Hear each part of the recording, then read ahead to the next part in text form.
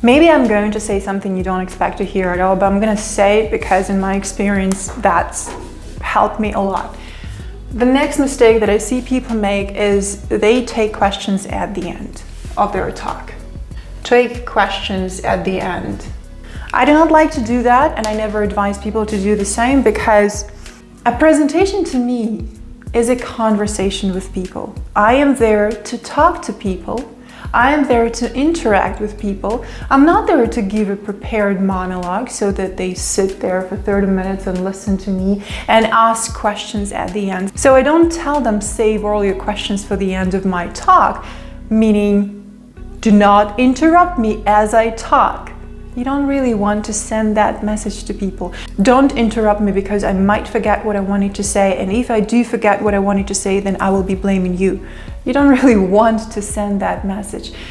If you want to be a relaxed speaker, if you want to send this message that you're actually ready to talk, you're ready for a conversation, you don't want to be in this tense, rigid state where you are afraid to go right or left. You're afraid to forget what your next step was, or what your next move was, or what your next slide was. You want to learn to be spontaneous. We spoke about it already, right? You want to learn to interact with people. So if you do send this message, well, I get it. So different presentations are done for different purposes. Sometimes that is necessary. Sometimes you do want people to think about their questions first before they ask them.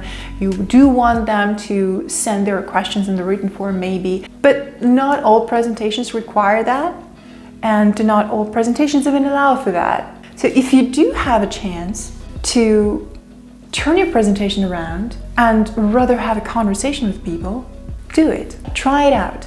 I usually encourage people to ask questions as I speak, because I want to understand if they understand. So if I see question marks in their eyes right now, it's better for me to stop and to ask them what's going on, and to ask them if they have a question that they would like to ask.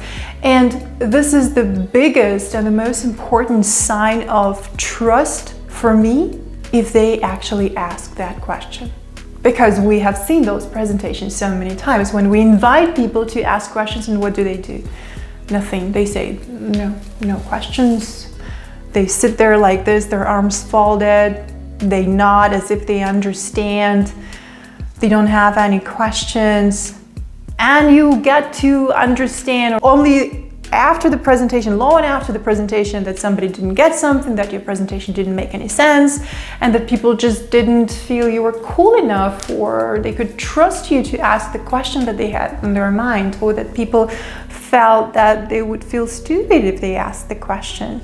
You want to avoid that. A presentation is your opportunity to build rapport with people, so encourage questions, because this way you will be encouraging a conversation, and you might arrive at something meaningful together during the presentation. But again, it takes guts to do that.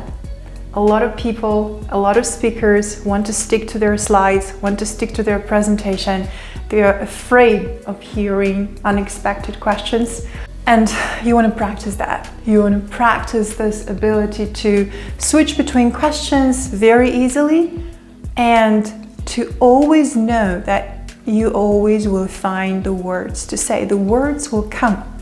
Most people are so afraid to lose them. Do not.